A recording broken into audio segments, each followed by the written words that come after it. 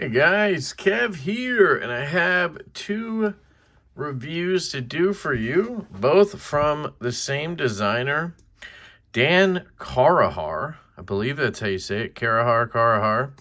He's actually a golf pro, and he's a knife designer. I'm not sure if he makes knives too, but I know he designs them. And these are pre-orders he actually has open right now. I think the orders are in, but he has the pre-orders open if you want to jump in.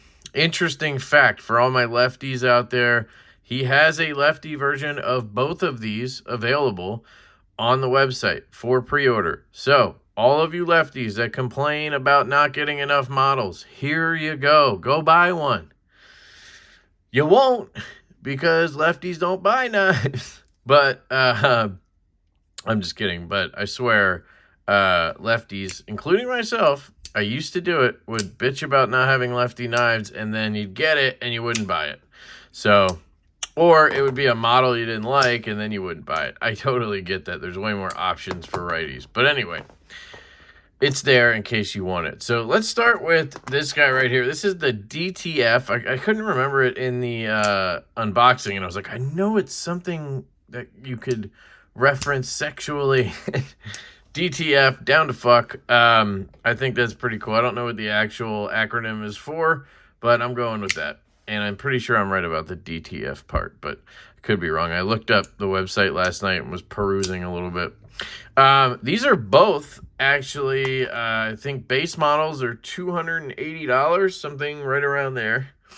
And they go up to $500 or $700 because you can get full like zirconium, damasteel, whatnot. So it goes up, but it starts around $279. You're looking at titanium. This is a frame lock, and I'm pretty sure it's M390 steel. These are done by Best Tech, both of them. All of his models are done by Best Tech. This is a little guy, so if you guys want to look at size comparisons, I'll take out the EDC Nimble. You can see it's smaller than the Nimble, which has a 3-inch blade. So this is a sub 3-inch blade. Here is the Vox or Urban EDC F5.5.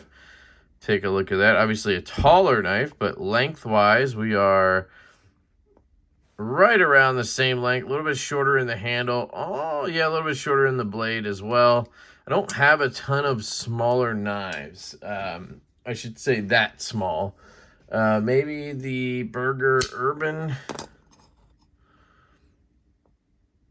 is 2.75, I think. Yeah, this is right about dead nuts here.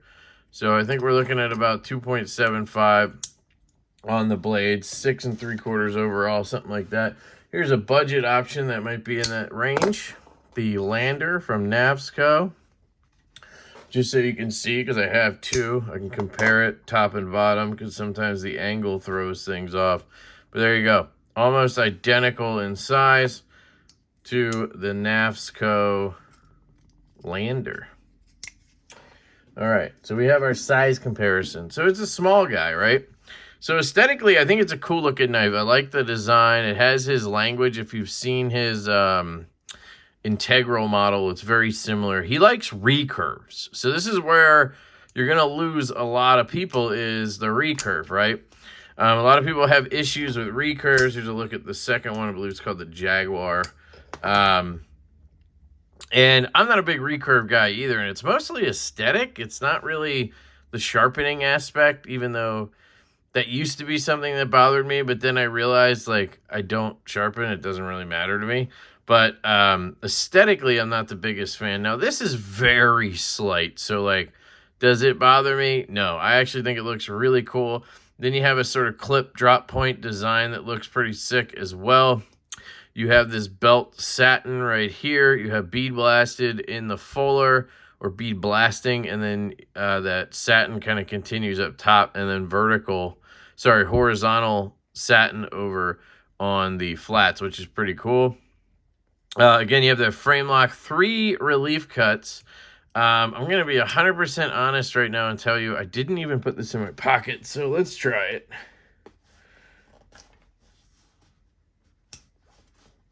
And yeah, it's not really tight. It's more that you hit every one of these relief cuts along the way. So yeah, there's that. It is dead nut centered, and I think it's a good looking knife. It's not thin. I wouldn't say it's thick, but it's definitely got a thicker build to it. 0.511. Okay, so it's thinner than I expected. I thought it to be a little bit thicker than that.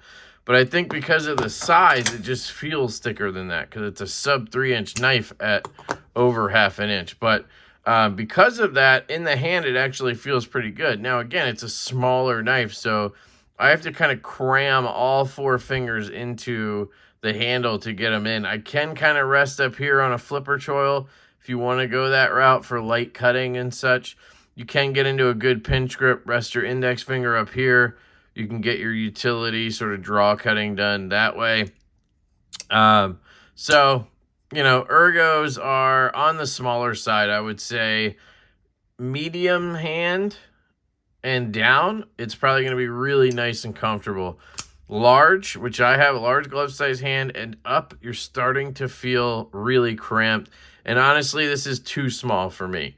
That, along with one other detail, is why I didn't actually carry this one. It's a prototype, and it's not mine, and all that stuff is a reason I'm not going to carry it as well. But that doesn't usually stop me. It's just, it's a very small knife. And then if we talk about action, the detent is a bit strong on this one. And being left-handed, it kind of leaves you wanting. Now, here's the thing.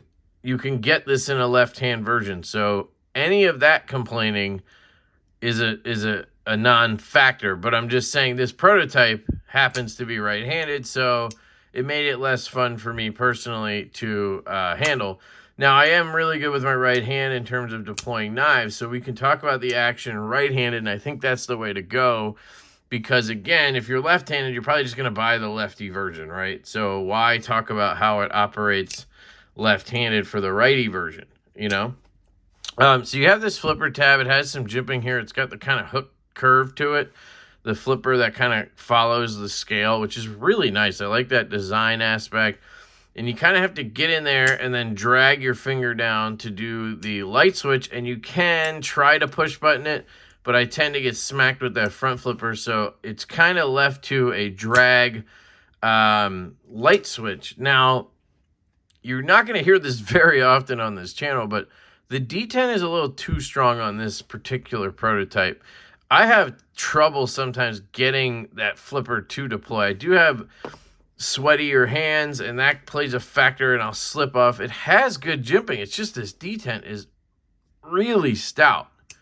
So normally that's a really good thing for me, but when you have triple deployment, one being a front flipper and a knife this small that's a frame lock, it gets pretty tricky with a strong detent like that. You have to make sure you're on the clip, because if you're on this frame lock, it does tend to bind it up. And because of that strong detent, it's really hard for me to get this front flipper to deploy easily. Can I do it? Yes, but it's really destroying my thumb trying to get that front flipper going because it's such a strong detent. Now, the benefit to the detent is the reverse flick anywhere on this fuller is absolute money. You can hit it from right here. You can hit it. It's another thing we'll talk about. You can hit it from down there. You can climb all the way down here and probably get your pinky in there. I can't do it comfortably. There you go. I got my ring finger in there. And you can deploy it that way. Can you thumb it out? No, I can't, because it's just so small. It's hard to get my fingers in the right spot. Again, front flipper with a frame lock, you got to stay off of that lock bar, and you can get it. It's just a really strong one. Now, the jimping is done extremely well. It goes up and around. It really catches. You can see my skin in there, which is gross, but it works, right? So it's a tricky one for me, guys. It's like I really like having a strong detent, and I think the reverse flick is on point. Could not ask for a better setup for a reverse flick here. And I'm fumbling here just because of the size and the lock bar and everything. It's just hard, you know. And again, I am left-handed. While I'm good with my right hand, I'm probably not like a righty, you know. But you can see I can deploy it with all of the methods, and it works. But I do think the detent should be a little bit lighter in production.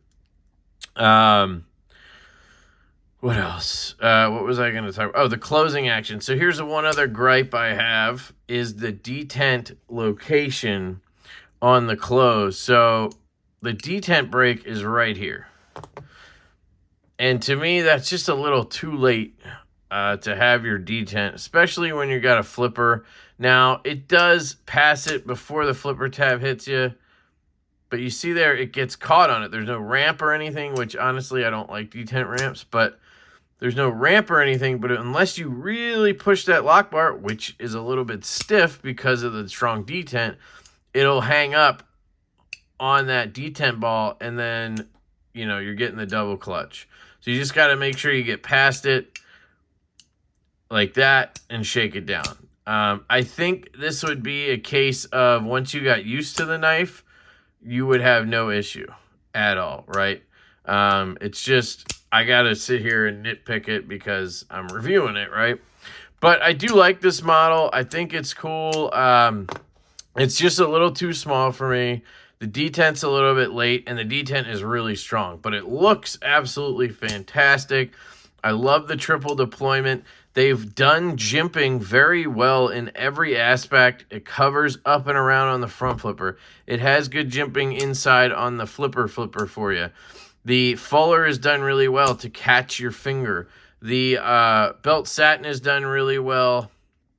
And I think overall, it's a really cool knife. Can't really speak to the carry because, like I said, I didn't carry it.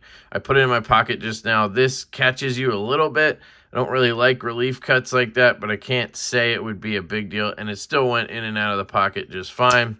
There is a Lefty version of this, and it's like $280 right now to pre-order on his website, which is linked down below if you want to check it out. So that is the DTF. Really cool little guy.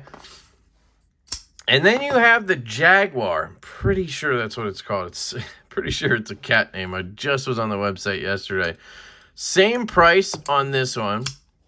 And this one for me is more in my wheelhouse, size-wise, action-wise, build-wise, all that stuff. There's one thing that, of course, keeps it from being something I would buy, and that's the fact that it's a flipper-only knife. And I just don't rock flipper-only knives. That's a personal thing. So as long as you're into flipper-only, I think this is a really good option, guys. This is dead nut centered. You have this nice carbon fiber. Yeah, it's not like fat carbon or anything, but it's finished really, really well. I think they've done a great job here, and I think it's a good choice. Sometimes this simple kind of snakeskin looking carbon fiber is better, right? The clip placement is interesting to me. It's kind of like running along the side here, but as you go down the handle, you can see it ends up about center mass. Now, this one I did carry around the house a little bit, and I didn't have any problems with the pocket clip because you have no relief cuts. It slides in, it slides out. Retention on both of these is really good. Really enjoy the clip on this. And this one's going to be a liner lock with a steel insert. So think Devo Knives Buzz, titanium liner with a steel insert. And that is the preferred way to do a liner lock, especially a nested liner lock like this, especially a knife with M390 carbon fiber in that $200 to $300 range. It's definitely ideal, right? One thing I want to note is you see how the detent track comes out here. That will not be the case in production. He has adjusted it to have the scale come out a little bit more and cover that up. So it will not be showing like that. I think one other change was thinner stock, maybe slightly thinner stock on this one or both. I'm not sure, something like that. But pretty very minimal changes on these knives. You have, again, this beautiful belt satin and then horizontal kind of hand satin on the flats M390. Now, this one has a much more robust recurve. And that's where visually, it's not my thing. I just don't like a recurve like that. I don't mind a very minimal one like this because it kind of gives it a cool line, how it kind of goes and swoops back up, right? This guy, I'm not the biggest fan of that inward curve to a Tanto kind of move, but it also looks unique and really cool at the same time. So I don't know. It's kind of a give and take for me on this one aesthetically, but I do think it looks really cool, and I do like Tantos a lot. And you do end up with a secondary tip right there you could use if you wanted to get into a package easily or whatever, and you still have a low enough tip up here you could utilize as well. The action on this one is absolutely phenomenal. It really is. But let's hit ergos real quick. Large glove size hand, it's going to fit much better. So this is the one you want to get if you have a larger hand. And you have that flat flipper here on this one that you can choke up on like this very comfortably and get into any type of choked up grip you want to get into, which is really nice. Size comparisons on this one, I will grab the TW Price Dawn. We're looking at 3 1/4 on the Dawn, and that's about dead on the money here. We are pretty much even on that guy. We'll grab a Brian Brown Jaeger M, which should be right around the same exact length. Yep. So you're in that 3 1/4, 3.3, 3.4 inch range. Here is the Malibu from ProTech. Right there. Lines up perfectly. Love this, by the way. And yeah, so ergos are good on this. I really like it. It's very neutral, just straight handled. Again, it's not thin because it's got that liner lock and everything. It's got to be a little thicker. I think this one's around 0.53.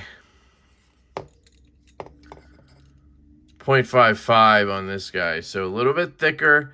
1, to fit those nested liners. 2, to make sure you have the lock bar insert and all that jazz. But again, you have a nested liner. Looks really sleek in there. I like that design a lot. Now, the action. The detent on this one is just money. It really is. It's everything you need, everything you want, and nothing else. And that's how I love a detent. And it's really hard to nail that, right?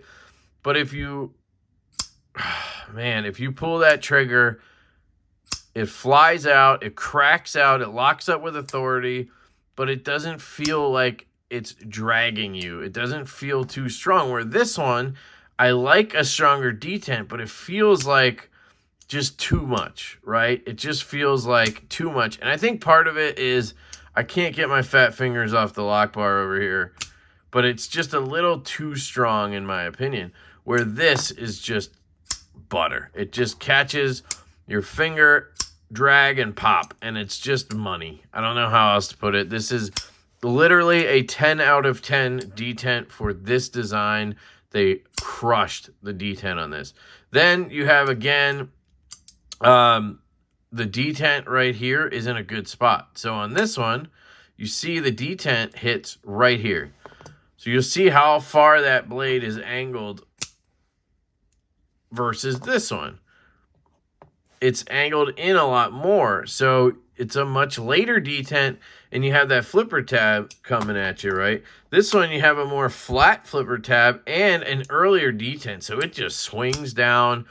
You get your finger out of the way, and then you shake it closed. I mean, it's absolute money. If you want to let it hit you, you can let it hit you, bounce off, and then shake it down, however you want to do it. But super smooth. That's the other thing. This one feels way smoother than this one. And it's, again, more or less the detent placement, because it's so much later on this one. You are interacting with it more, right? Where if it was up here, you would pass it, and then you would just be, all of this would be frictionless, right? And then you have that lock bar tension. Now, this is smooth. I'm not trying to say it's not, but that frame lock has more pressure on it, and it's just not as clean and smooth as this. This one, you pass it right here, and then it's just glass. I mean, if you want to talk about Chris Reeves, It's literally like glass. It's absolutely fantastic. Glides shut.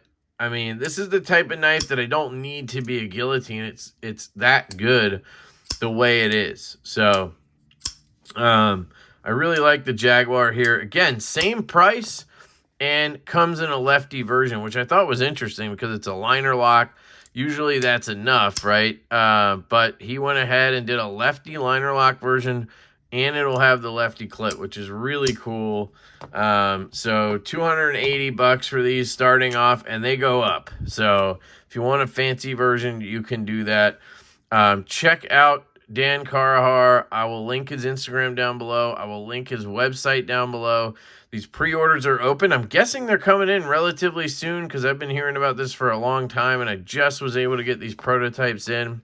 I'm really grateful to Dan for sending these out. Thank you, dude. I really appreciate it. You got some really cool, unique designs here. I dig it. Definitely into the recurves. I see that. I'm leaning more towards this Jaguar model.